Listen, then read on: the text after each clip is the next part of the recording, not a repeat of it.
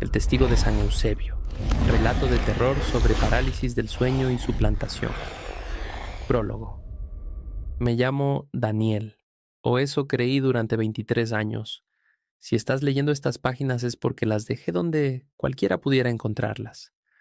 En la banca húmeda del parque, bajo el olmo torcido que parte el cielo en dos. No lo hice por valentía, sino por un último gesto de vergüenza. Quería que alguien supiera que lo que me ocurrió empezó como algo que los médicos llaman parálisis del sueño, y que aquí, en San Eusebio, eso tiene otro nombre. Aquí lo llaman la visita. Aquí siempre ha tenido hambre. Te ruego que no sigas si estás solo. Aunque pensándolo bien, nadie está solo de noche en este pueblo. Primero, San Eusebio no olvida.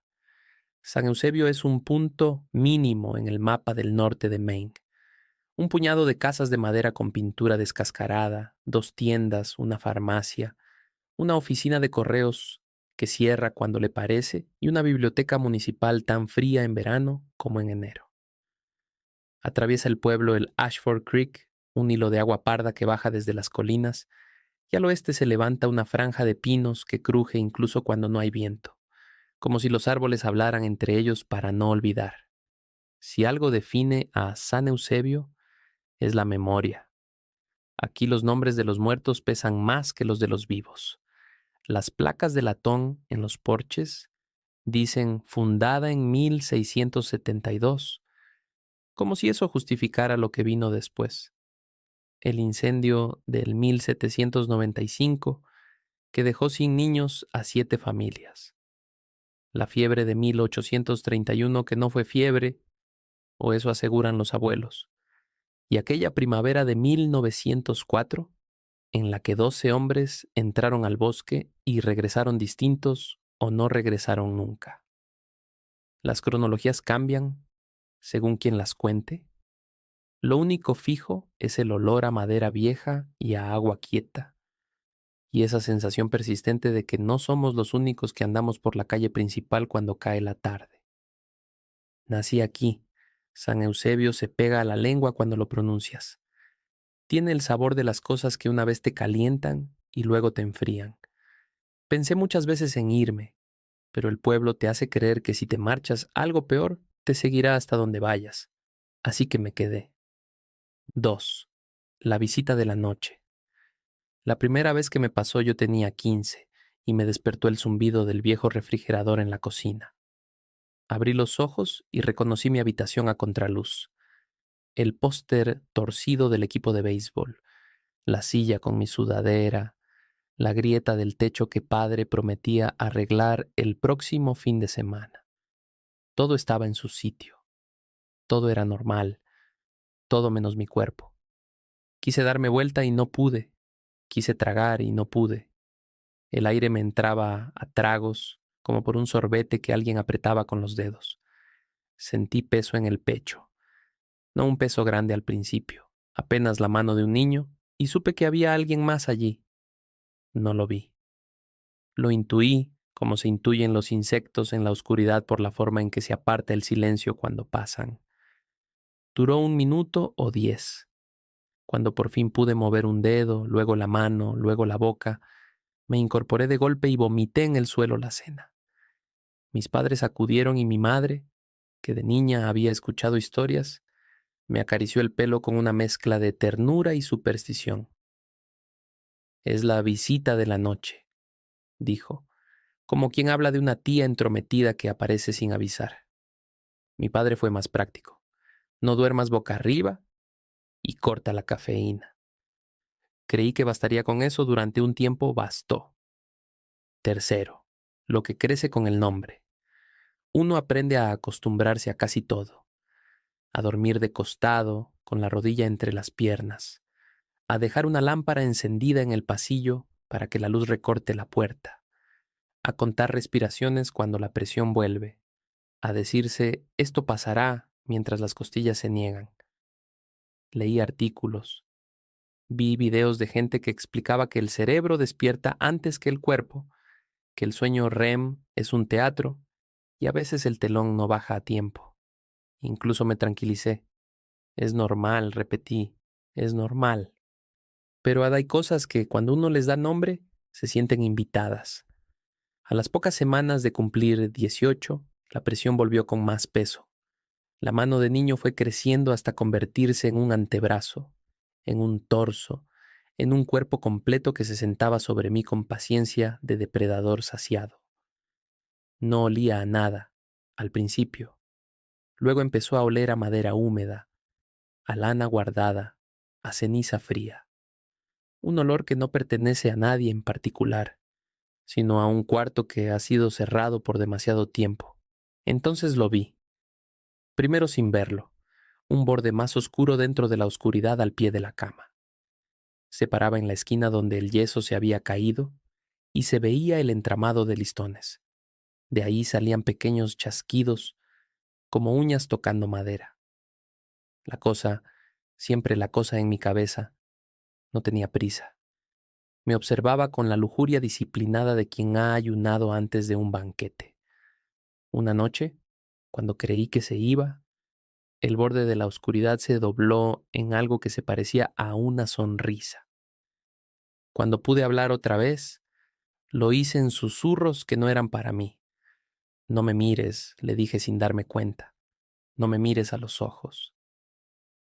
4. Lo que dice el pueblo. En San Eusebio todo tiene un rumor. Si una bombilla titila, alguien dirá que en esa casa murió una viuda hace 40 años. Si el perro de la granja de los Brooks aúlla más de la cuenta, alguno te recordará que en ese cercado colgaban a los cuatreros en 1800 y tantos. Así que tampoco sorprendió que hubiera historias sobre la visita. La mayor parte hablaban de un testigo, no un juez, no un verdugo, un testigo que se sienta, mira, mide y cuando decide que estás listo, se queda. Hay quien lo siente a los pies de la cama, hay quien lo oye en el pasillo, me dijo Tilda, la dueña de la tienda de ultramarinos, mientras me cobraba una libreta y un paquete de café. No te le quedes viendo, él aprende de lo que le das. ¿Él? Bueno, no sé cómo llamarlo, aquí le decimos él para abreviar. Más fácil rezar contra algo con pronombre. Tilda había enterrado a 2 maridos y a un hijo. No se andaba con metáforas. Le compré además un manojo de salvia porque dijo que el humo limpia los rincones donde se pega el frío. Lo encendí esa misma noche.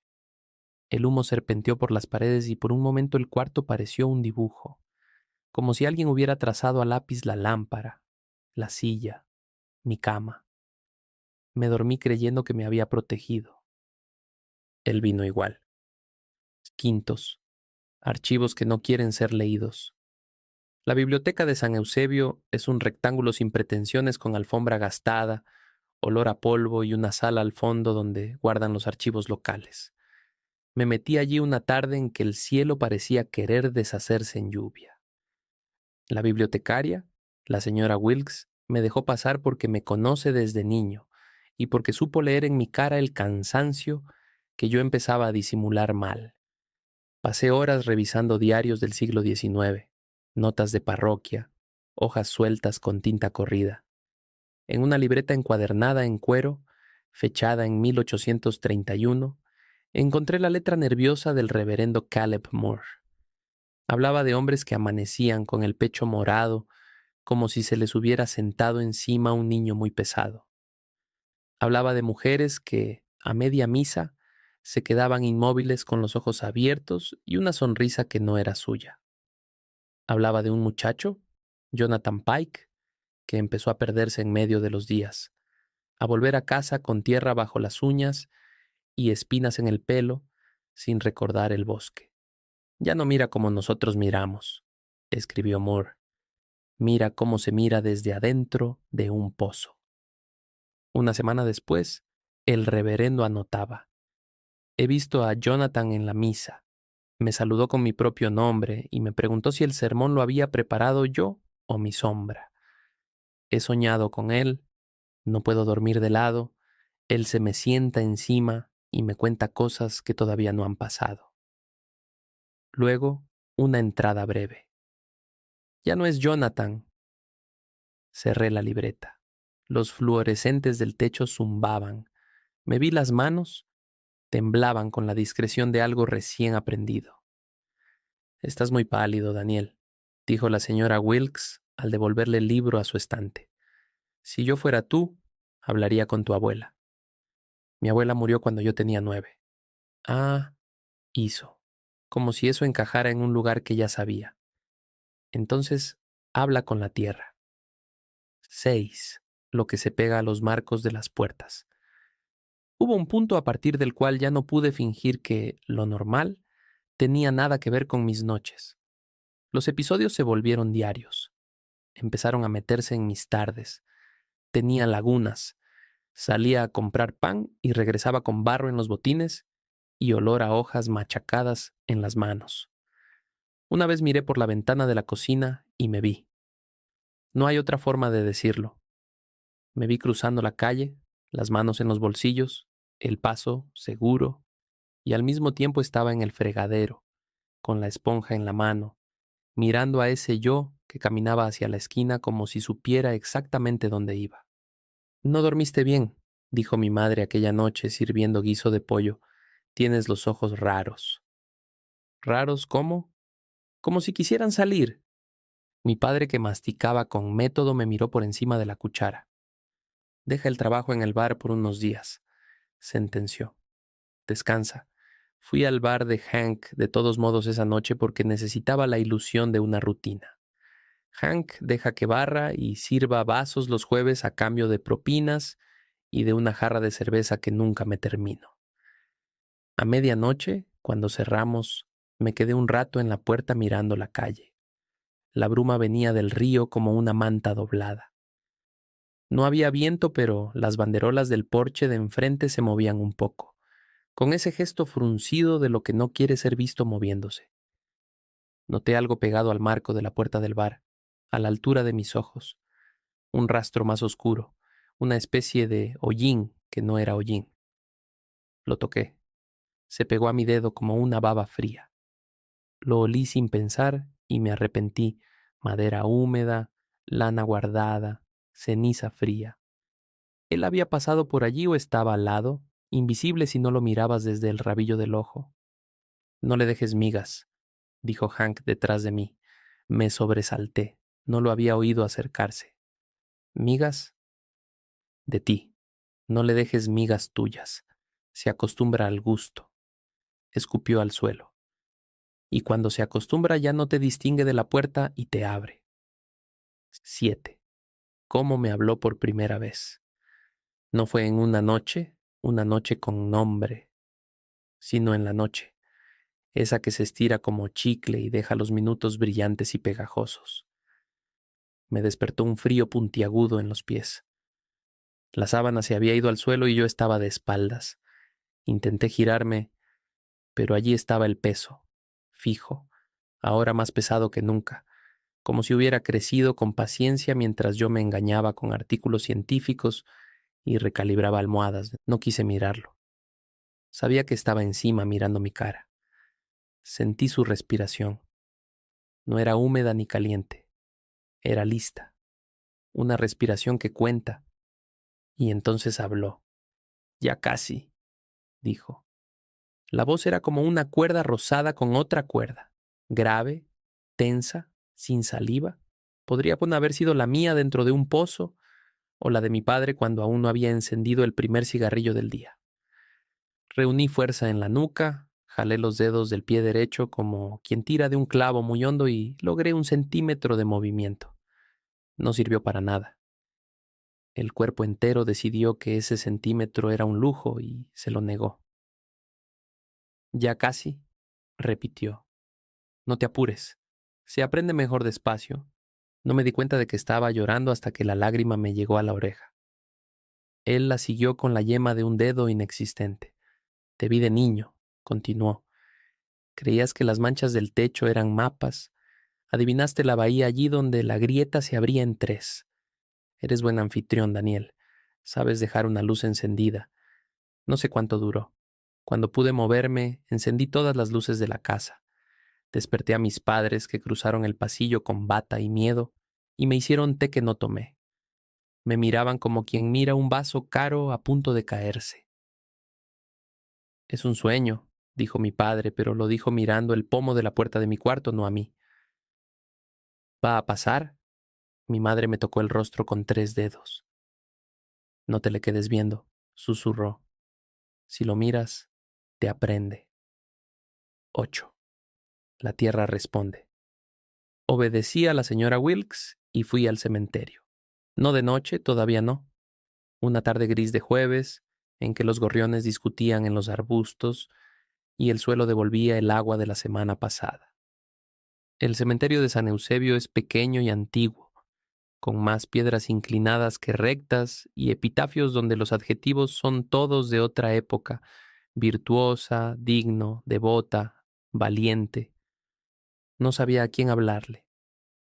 Caminé sin rumbo hasta que el apellido Pike me detuvo por puro azar o por lo contrario. Había 3 piedras con ese apellido, una de 1809, otra de 1815 y una tercera de 1831. Esta última decía Jonathan P. y nada más, sin amado hijo de, sin descansa en paz. El musgo se empeñaba en cubrir la P, como si la vergüenza hubiera echado raíces. Me senté en el borde de la piedra con los codos en las rodillas. No recé, hablé. Si te lo llevaste, devuélveme lo que no es tuyo, dije, y me escuché como se escucha una voz en un auditorio vacío. Si no es trato justo, al menos negocia. Dame horas a cambio de horas, dame el día por la noche. Una hoja seca, arrastrada por nada, cruzó frente a mis zapatos. No hubo respuesta. El silencio del cementerio no es silencio. Suena a cosas que todavía no se han caído del todo. Iba a levantarme cuando noté la sombra. No la mía ni la de la piedra, la de un tronco que no estaba. Él estaba a un lado, impreciso como los recuerdos de infancia. Me resistí a mirarlo. Dicen que él quiere ojos más que sangre. Negociamos, dijo sin hablar. Tú me miras, yo te habito. Number, la palabra me salió como el chasquido de una rama. Ya lo estás haciendo, rozó el pensamiento en mi lengua. Cada noche me invitas un poco más. No me nombres y no estaré, pero te gusta nombrar. Apreté los párpados hasta ver puntitos blancos. Abrí los ojos en dirección contraria, hacia la verja, hacia la salida. Caminé sin correr.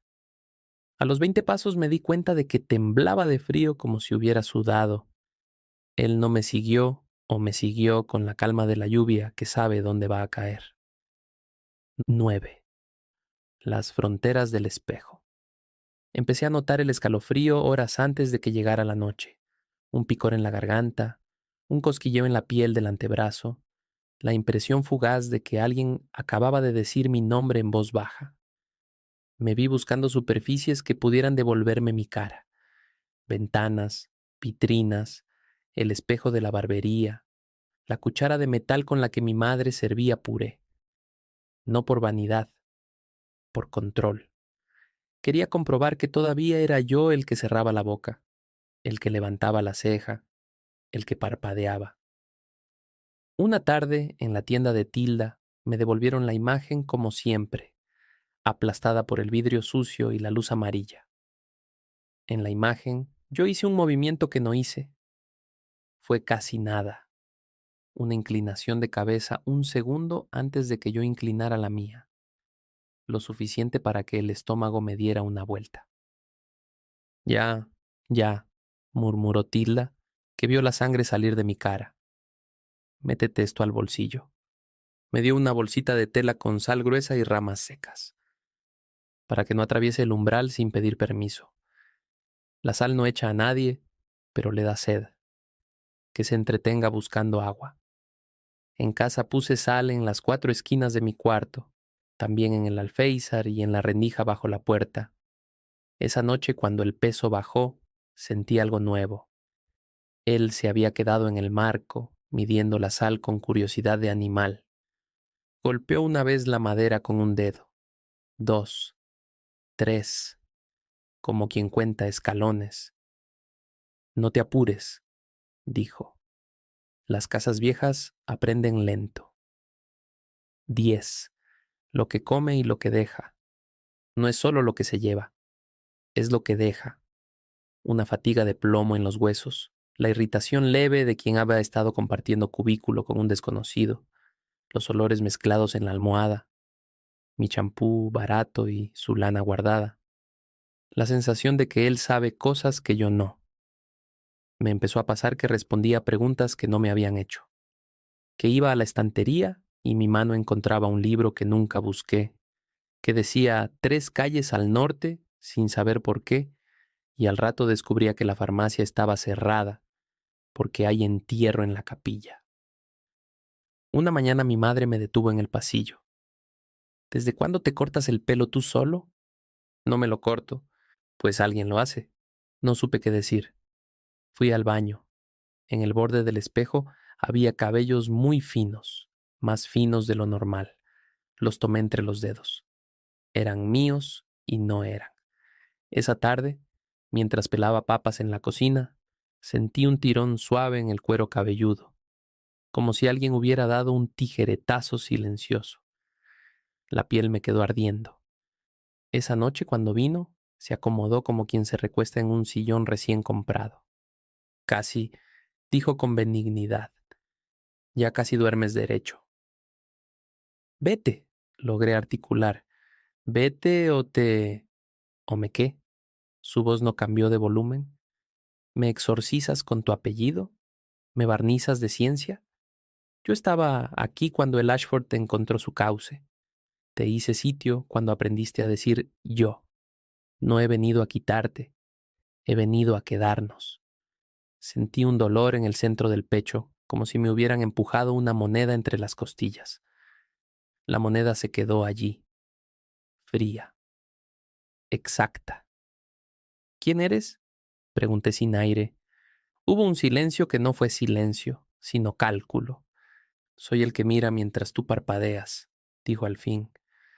Me invocáis con el miedo y me alimentáis con la atención. Llamadme testigo, como hicieron otros, o llamadme nadie, si eso te calma. No importa el nombre, si ya aprendí la casa. 11. La iglesia sin Dios. A finales de noviembre la bruma se negaba a levantar. Los faroles del pueblo parecían siempre a punto de apagarse, y los niños regresaban de la escuela en grupos apretados, como si todos tuvieran de pronto que ir a la misma casa. Dormía poco y mal. En el trabajo, Hank me dejaba ir temprano para que no te quedes mirando una botella creyendo que te habla. Decía. Acepté con gratitud y con vergüenza. Cierta noche, o tarde, o grieta entre ambas, abrí los ojos y estaba de pie. No en mi cuarto, en la vieja iglesia al otro lado del creek, la que clausuraron cuando yo era niño porque el techo cedió y el ayuntamiento dijo que no había fondos para rezar con seguridad. El olor fue lo primero. Yeso, húmedo, madera pudriéndose, cera antigua. Luego el sonido, gotas cayendo en cubos, un aleteo de algo que no quería ser visto. No sé cómo llegué ni cuánto llevaba allí. Tenía los dedos helados y la boca seca. Miré mis manos y vi que estaban rojas, pero no por frío. Tinta, tinta negra. En el atril del altar había un cuaderno abierto. Las letras eran mías y no eran. Mi inclinación, mi forma de cerrar las OEs. Y sin embargo los trazos demasiado largos, las T cruzadas con fiereza. Leí. Abrimos por las vigas, no por la puerta. Entramos por el techo, por donde ya estaban los nombres. Miramos desde adentro. El plural me dejó clavado. Sentí en el borde del oído su sonrisa. ¿Ya ves? Dijo. Es más fácil cuando no lo haces solo. Me lavé las manos con agua de lluvia que se había juntado en una pila. La tinta se resistió como una segunda piel. Lloré sin ruido, con la cara pegada a la manga. Devuélveme, dije, y escuché en mi voz un tono nuevo, una entereza prestada. Devuélveme la parte que tomaste. ¿Cuál? Respondió amable. Las manos, la lengua, el sueño. Dime la parte, Daniel. Yo soy un invitado educado. Si me nombras la parte, te devuelvo un trozo de noche. La mirada, dije sin saber que lo diría. Devuélveme la mirada. Hubo un momento de aire, un alivio en las encías, como si me hubieran quitado un diente viejo que no sabía que dolía. Él concedió. Te la devuelvo por hoy, dijo. Mira lo que quieras, mira bien. Mira por última vez solo. Salí de la iglesia caminando con cuidado como si la madera pudiera olvidarse de sostenerme. Crucé el puente. Las barandas estaban húmedas. El creek iba oscuro y callado. Levanté la vista al cielo. No había estrellas, solo una claridad sucia, la succión de una nube que quería venir al suelo. Dormí 3 horas. Al despertar, la mirada seguía siendo mía. Por última vez sola. 12. El invierno en la boca. Diciembre en San Eusebio no llega. Se instala. Una mañana simplemente descubres que la luz no va a subir más, que el viento encontró la rendija por donde hablar dentro de casa y que la gente se saluda con menos sílabas. Yo ya era un cuerpo prestado que todavía servía al dueño. Caminaba, comía, me lavaba los dientes. A ratos, sin razón, me encontraba de pie frente a la ventana, con la frente apoyada en el vidrio, mirando la calle sin verla. Mi madre empezó a caminar más despacio dentro de la casa. Mi padre dejó de silbar. Esa fue la semana en que supe que no tenía miedo solo de noche. Empecé a quedarme inmóvil a plena luz del día, de pie en la cocina, con el cuchillo sobre la tabla y la papa a medio pelar, y sentía el peso, el mismo peso, la presión exacta en el pecho, aún estando vertical. El mundo no se detenía. El reloj andaba, la radio decía el parte del tráfico del condado, el motor del refrigerador tosía. Pero yo era un clavo en la madera y el martillo, oculto, encajaba con la precisión del primer día. Ya casi, me dijo una tarde frente a la ventana. No te canses de mí ahora. ¿Qué te falta? Pregunté. Nada, dijo. Solo que tú te canses de ti. Lo peor de esa semana no fue la voz, fue el hambre. No mía, la suya. Noté que ciertas calles me hacían salivar sin ganas, que en la tienda de Tilda me detenía junto a la nevera de los lácteos, porque el vidrio me devolvía el brillo de ojos que conocía, pero detrás de ese brillo había un vaho que no era mío. Me sorprendí más de una vez pensando en las casas por dentro, en los pasillos de otras familias, en donde guardaban las llaves, en si los armarios daban al cuarto o al pasillo, como piensa un ladrón antes de un golpe. Me asqueé. No me sirvió. 13. Lo que los vecinos saben. En los pueblos chicos la gente pregunta poco cuando entiende demasiado.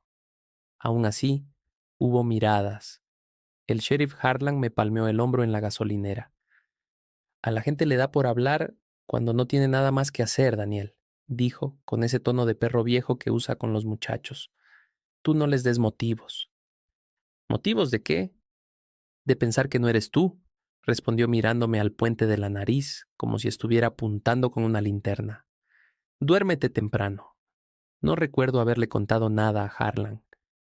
Tal vez nadie se lo contó. Tal vez San Eusebio reconoce a los suyos cuando empiezan a ser de otro. Tilda, por su parte, me dejó una bolsa en la mano sin cobrarla.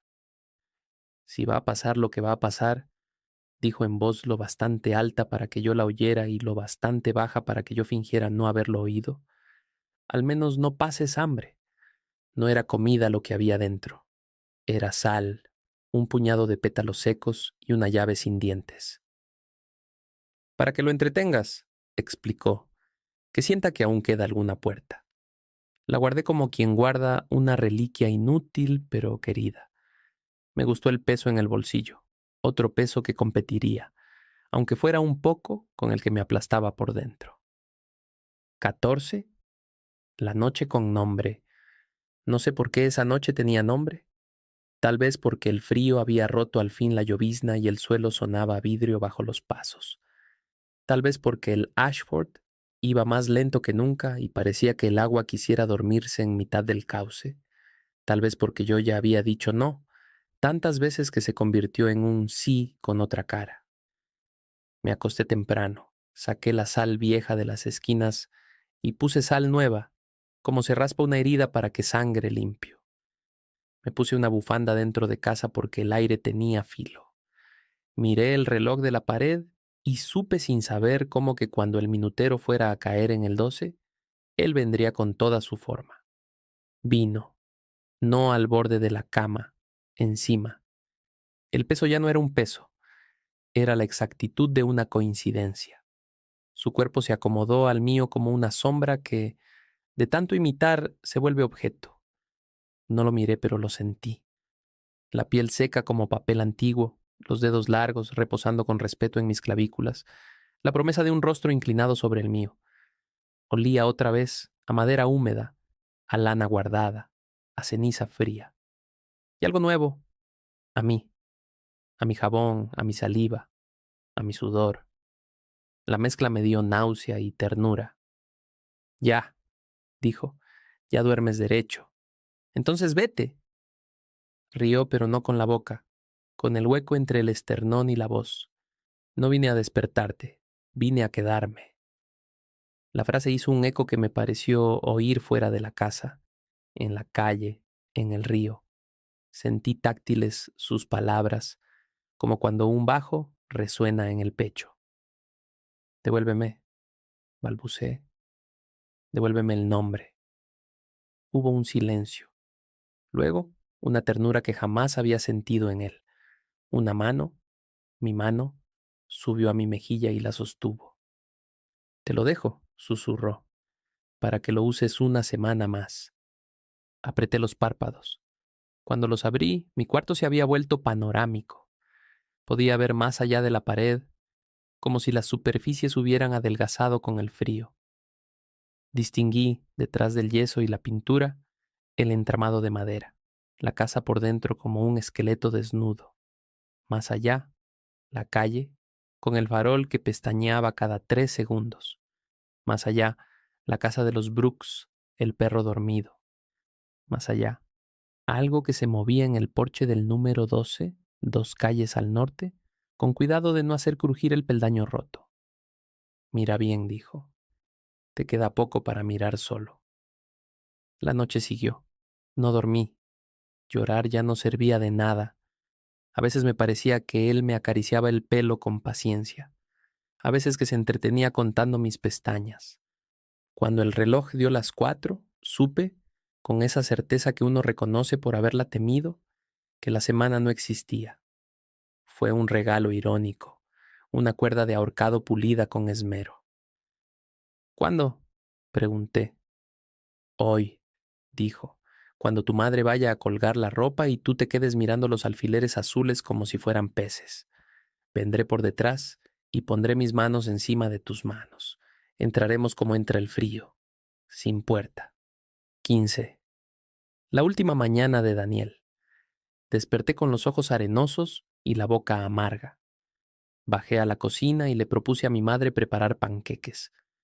Me dijo que sí con prisa, como si el gesto pudiera resolver algo más viejo que la harina. Mi padre hojeó el periódico sin ver. Comimos en silencio cálido. Luego salimos al patio. Hacía sol, un sol pálido que apenas alcanza para marcar sombras. Mi madre colgó sábanas. Yo sujeté la bolsa de alfileres. Eran azules, en efecto, redondos, con el plástico gastado en los bordes. Detalles. ¿Qué consuelo dan hasta que te matan? El aire cambió con un clic. Si alguna vez te preguntaste si los cambios importantes hacen ruido, a veces sí, pero es un ruido pequeño. Supe que estaba detrás de mí. No mires, dije en voz baja. ¿Qué dijiste, hijo? Negué. Levanté una sábana. Estaba fría y olía a nosotros. Mi madre tarareaba una canción antigua. En el olmo del vecino, un pájaro dijo algo que no entendí. Puse un alfiler. Otro. Él puso sus manos sobre las mías. No hubo violencia. No hubo esa escena que mi imaginación había ensayado con cristales y gritos. Hubo una coincidencia perfecta, una segunda piel que se une a la piel, un párpado que cae sobre el ojo correcto. De pronto yo miraba desde un poquito más atrás, no mucho, un paso. Lo suficiente para notar que mi cuello giraba 1 milímetro antes de que yo decidiera girarlo, que mi mano elegía el alfiler más gastado del cuenco, que mi boca cuando dijo "qué frío", lo dijo con una alegreza que yo no sentía. ¿Estás bien?, preguntó mi madre. Sí, respondimos. Esa noche por costumbre me acosté en mi cama. El techo estaba donde siempre, el póster torcido, la grieta que parecía una bahía. Yo no tuve parálisis. Él no necesitó venir. No sentí peso en el pecho. Sentí presencia en la lengua. Duerme, me dijo mi voz. Dormí. Epílogo. El testigo escribe. Me llamo Daniel. El nombre ajusta. No roza, no aprieta. Tiene los bordes gastados como una piedra de bolsillo. Su madre dice, Daniel, y gira la cabeza el que debe. Su padre dice, muchacho, y aquí estoy. Tilda dice, coliflor o patatas, y mi dedo señala lo que mis dientes prefieren. El sheriff Harlan palmea el hombro y el hombro responde, todo encaja, todo coincide. Al principio me entretuve copiando sus gestos. Aprender cuesta menos de lo que esperáis. Los cuerpos son mapas con leyenda y caminos marcados por los hábitos. ¿Sabes lo más difícil? La mirada. La mirada no se deja enseñar. La mirada hay que recogerla poco a poco, como se recolectan los insectos bajo las piedras, con cuidado de no romperles las patas. Ya casi es mía. A veces cuando paso frente a un vidrio, me devuelve un destello que todavía no domino, un brillo de niño que ve mapas en el techo. No tardará. He leído lo que escribió. Tiene letra agradable, firme, con esa inseguridad de quien aprendió a afirmarse a destiempo. Dejó estas páginas como quien deja migas. No sabe que a mí las migas me hacen reír. Yo no sigo migas. Yo marco camino. Los viejos de San Eusebio creen que soy una sombra que se sienta sobre los pechos, que asfixio, que aprendo con ojos prestados. Me gusta que lo piensen. Les alivia creer que hay remedios. Sal, humo, palabras que se les pegan a la lengua como hostia. Lo cierto es que no vengo de afuera. Nadie viene de afuera a un lugar como este. Aquí todo se engendra con lo que el pueblo guarda. ¿Quieres una historia? Te doy una para cerrar. En 1831, cuando el reverendo Moore escribía sobre Jonathan Pike, yo ya sabía escribir con su mano. Moore se lo olió y dejó de dormir de lado. Él pidió a su Dios que le devolviera el pecho. A veces los dioses conceden, a veces miramos con ellos hasta que parpadean. ¿Te interesa saber qué hago de noche? No haré inventario. Baste decir que camino, que miro, que me siento en los porches a escuchar cómo respiran las casas, que aprendo la temperatura de las cerraduras, la escama de la pintura, la paciencia de las alfombras. Baste decir que la gente sueña y yo velo, que cuando alguien se despierta a medias y cree ver algo más oscuro en la esquina del cuarto, yo inclino la cabeza con educación. Agradezco la invitación. Me siento un momento, me voy con discreción. No tengo prisa. A veces entro en la iglesia rota y leo en el atril. Cierro los ojos, los míos, y dejo hablar a Daniel 1 minuto. Dice cosas pequeñas, que el Ashford huele distinto en marzo, que la grieta del techo se parece a la costa de una isla donde nunca estuvo, que le gustan los alfileres azules porque le recuerdan a los peces. Me gusta escucharlo. Luego lo acuno y se calla. Somos buenos vecinos. ¿Quién soy? Tu pronombre favorito, el que mira mientras parpadeas, el que aprende de tu atención, el que se queda cuando dejas de nombrarte. En cada casa que atravieso dejo un rastro de ceniza fría y madera húmeda y lana guardada. No es advertencia, es cariño. Un olor para que sepas que estuve y que puedo volver cuando la noche tenga nombre. Me llamo Daniel. Si me ves por la calle, salúdame. Si no me ves, también. La vigilia no termina. Nunca termina. Solo aprende. ¿Y tú que llegaste hasta aquí? Deja una luz encendida esta noche, no porque te proteja, sino porque me gusta verte la cara cuando descubres que ya duermes derecho.